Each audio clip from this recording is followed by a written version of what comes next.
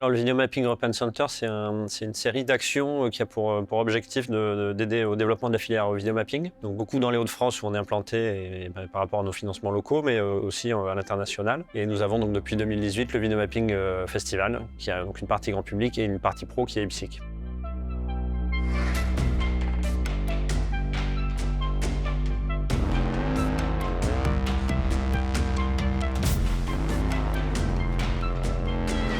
La Rencontre Audiovisuelle, c'est une structure qui a 25 ans. On s'est toujours intéressé, on appelle ça nouvelles images. Il y a 25 ans, on parlait de la création numérique, du vidging, enfin, voilà, on a croisé plein de formes différentes et on est très vite sorti de l'écran. Et donc dans ce cadre-là, on a croisé le mapping, je dirais, il y a une quinzaine d'années. D'abord avec un geste de programmation, donc proposer un mapping pour notre public.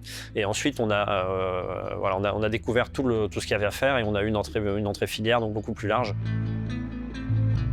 Alors donc en 2018, on a créé le Video Mapping Festival. C'est une itinérance sur plusieurs mois en région avec une ouverture à Lille, donc un parcours donc aujourd'hui de 25 mappings sur 3 km, donc qui est dirigé plutôt vers le grand public. On est selon les années, la météo, à plusieurs dizaines ou centaines de milliers de personnes. Et donc en parallèle de ce temps grand public, on a décidé de proposer un temps pour les professionnels. L'idée, c'est de rassembler la famille du mapping. Donc on a côte à côte les chercheurs, les créateurs, les producteurs, les diffuseurs, que ce soit des festivals ou des collectivités engagées, les industries techniques, puis 3 jours voilà, plein d'échanges pour faire un peu le point sur la filière aujourd'hui.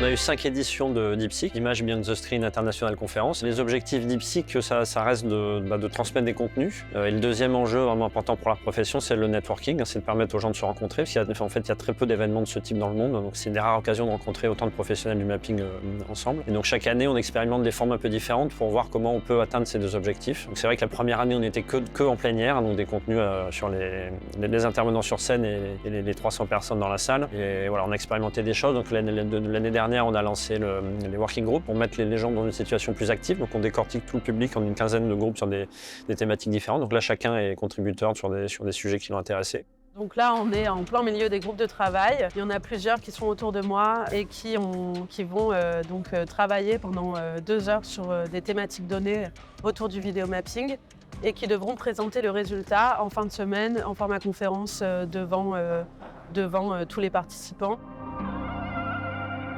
Et on a également le speed dating, donc on a lancé déjà il y a 2 ans. Donc là, l'idée vraiment, c'est d'organiser des rendez-vous très courts pour que chacun se rencontre de façon un peu plus formelle. Ça peut être une rencontre entre un artiste et un festival, entre un producteur qui veut recruter un studio qui veut recruter un artiste.